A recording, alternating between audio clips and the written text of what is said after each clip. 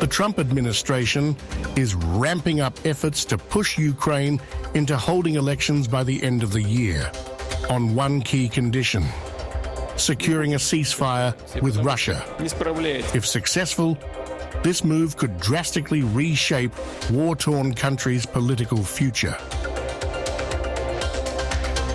President Donald Trump's top envoy for Ukraine and Russia, Keith Kellogg, insists that elections must take place, emphasizing the need for Ukraine to follow democratic norms even in wartime.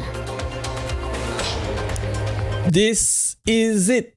This is the end of Zelensky, and Trump is responsible for it. He wants to end the war, and a big condition to end the war is for new elections to take place in Ukraine. So Zelensky, because he has lost the war basically to Russia, is gonna get ousted. Let's hear what he said in this interview. In my opinion, we need more to achieve a result. I understand that we have a common desire for this war to end. Ukrainians want this more than anyone else in the world. Because the war is ours, and the victims are ours, our people, our independence, and all this is under constant threat, constantly under attack, under missile strikes. You know all this.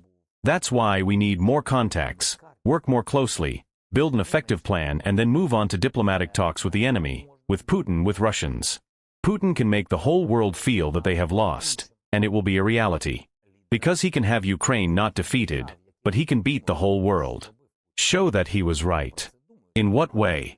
Impunity. To show that compromises were found with him. It will mean that anyone can act like this. And it will be a signal to other leaders of the big countries who think about it. They think about what Putin did to Ukraine. They think about something similar, but they have not yet been able to decide. They didn't have the courage to do it. And I think it's very dangerous. I think if there are direct talks between America and Russia about Ukraine without Ukraine, it is very dangerous.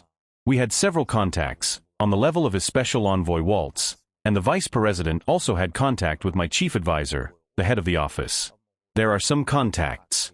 They were also very good, but still, it was all about general things. This is the problem right now. The problem is, Donald Trump wants to end the war, Zelensky wants to end the war, Putin wants to end the war, but they don't want to talk with each other.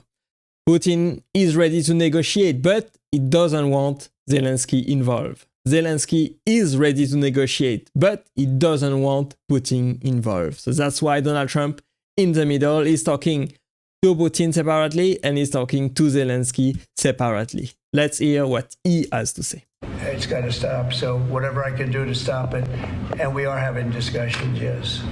Ongoing, already scheduled and ongoing? Already talking, yes. So you've already spoken to Vladimir Putin I don't since? want to say that, but we are having very serious discussions. Is there a reason you don't want to? We are, well, I just don't want to say that. Okay. We're having very serious discussions about that war, trying to get it ended. With Russia?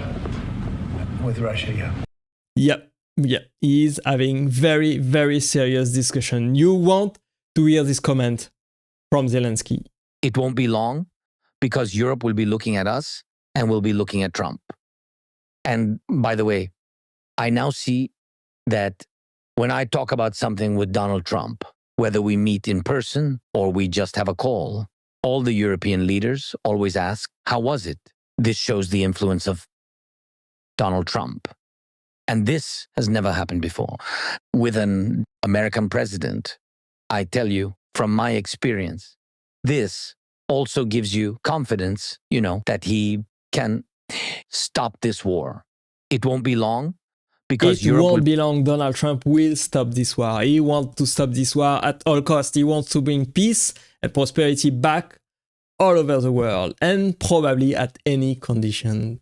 Zelensky is in a very unfavorable position on the terrain in Ukraine. He probably is gonna lose a ton of many different territories, basically the whole Donbass, to Putin if you want to stop the war.